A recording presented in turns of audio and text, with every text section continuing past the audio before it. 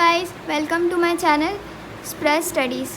So today we will discuss the fourth chapter of capacity of parties from business law. ठीक है, तो सबसे पहले इसमें माइनर कौन होता है. ठीक है, कैपेसिटी ऑफ पार्टीज़ का यही है कि एक पार्टीज़ का कितना कैपेबल है कॉन्ट्रैक्ट के लिए. ठीक है, तो इसमें माइनर के बारे में पढ़ेंगे. तो माइनर कौन होता है, तो according to Indian minority act 1875 a minor is one who has not completed his or her 18 years of age. 18 years of age complete नहीं किया वो माइनर होगा. ठीक है, तो इसका दो केसेस होता है. ठीक है, दो केस होगा जहाँ की 21 ईयर्स कंप्लीट करने के बाद भी वो माइनॉरिटी में आएगा. ठीक है, तो पहला केस है guardian of a minor person और property has been appointed under the guardian and ward act 1890s में. ठीक है, और where the superintendence of a minor property is assumed by a court of ward. ठीक है, तो इसके अब कुछ इफ़ेक्ट हैं. ठीक है, तो इसमें भी ना शॉर्ट क्वेश्चन आते हैं. ठीक है,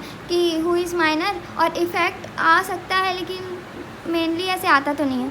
तो पहला है an agreement with or by a minor is void. अगर आप एक एग्रीमेंट कर रहे हो माइनर के साथ जो कि 18 ईयर्स से कम है तो वो वॉइड हो जाएगा. No ratification. अगर मान लो आप माइनर के साथ कर लिए, माइनर बोला कि नहीं मेरा एज तो 21 है, मैं मेजर हूँ, और बाद में कर दिया, तो कोई रेक्टिफिकेशन नहीं होगा. ठीक है, minor can be a promisee और बेनिफिशियरी. अपने मतलब कि देखो, आप माइनर रख सकते हो अपने कंपनी में अगर फ़ायदा हो रहा है आपका तो. ठीक है, तो अगर वो माइनर है तो माइनर का कभी भी नुकसान नहीं होगा, उसका भी वो बेनिफिशियरी रहेगा. ठीक है, no estoppel against a minor. मतलब माइनर के अगेंस्ट में कोई भी एस्टोपल नहीं हो सकता. ठीक है, no specific performance except in a certain cases. Specific performance कोई भी स्पेसिफिक परफॉर्मेंस वो नहीं करेगा, बस एक सर्टन केसेस में. ठीक है, और लाइबिलिटी फॉर टॉर्ट्स. ठीक है, सिविल रूल्स के और उसके लिए वो लाइबल नहीं रहेगा. नो इंसॉल्वेंसी, वो कभी कंगाल नहीं होगा. ठीक है, पार्टनरशिप में रख सकते हैं उसको अगर पार्टनर्स का फ़ायदा हो रहा है तो. Minor can not bind parents और गार्डियन. अगर कुछ हो रहा है तो वो अपने पेरेंट्स और गार्डियन के ऊपर ब्लेम नहीं कर सकता. और minor can be an agent. Minor एक एजेंट हो सकता है.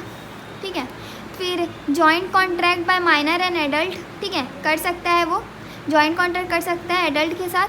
श्योरिटी फॉर अ माइनर अगर श्योरिटी मतलब रख रहे हैं तो वो रख सकते हैं. ठीक है, माइनर एज शेयर होल्डर बन सकता है, श्योरिटी बन सकता है. और लाइबिलिटी फॉर नेसेसरी, मतलब एक माइनर अपने लिए मतलब जो नेसेसरी है, शेल्टर, हाउस, फूड, इसके लिए वो कर सकता है, लेकिन लग्जरी आइटम्स के लिए वो लायबल नहीं होगा. ठीक है, फिर सेकेंड आता है unsound mind. Unsound mind generally कौन होते हैं, जो कि इडियट, लुनेटिक, ड्रंकन, हाइपोटिज्म और hypnotised persons and mentally declare persons are treated as unsound mind.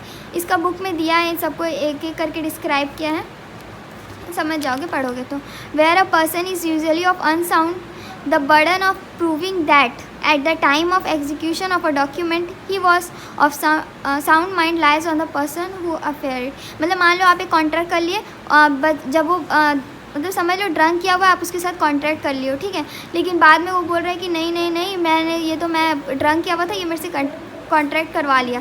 तो जो कॉन्ट्रैक्ट करवाया है उसके वो प्रूफ करेगा. ठीक है, और lunatic and idiotic make a valid contract. Lunatic और इडियोटिक एक वैलिड कॉन्ट्रैक्ट कर सकते हैं, क्योंकि वो लोग for a short period of time के लिए ये सारे जाते हैं. ठीक है, पर्सन डिस्क्वालीफाइड बाय लॉ. ठीक है, तो सम persons are declared disqualified by law to enter into a contract by contract act or any other act due to their legal, professional और political status. ठीक है, ये लोग disqualified by law रहते हैं. एग्जाम्पल क्या है, एलियन एनिमी.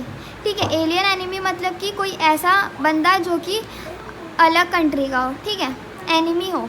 Foreign sovereign. ठीक है, अगर फॉरेन का कुछ मतलब उसका अगर कुछ फ़ायदा है, ये वॉर डिक्लेयर हो गया तो ये सब रुक जाएगा. ठीक है, फिर कॉरपोरेशन ऑफ कंपनी, इंसॉल्वेंट, ये सारा. So thank you so much guys.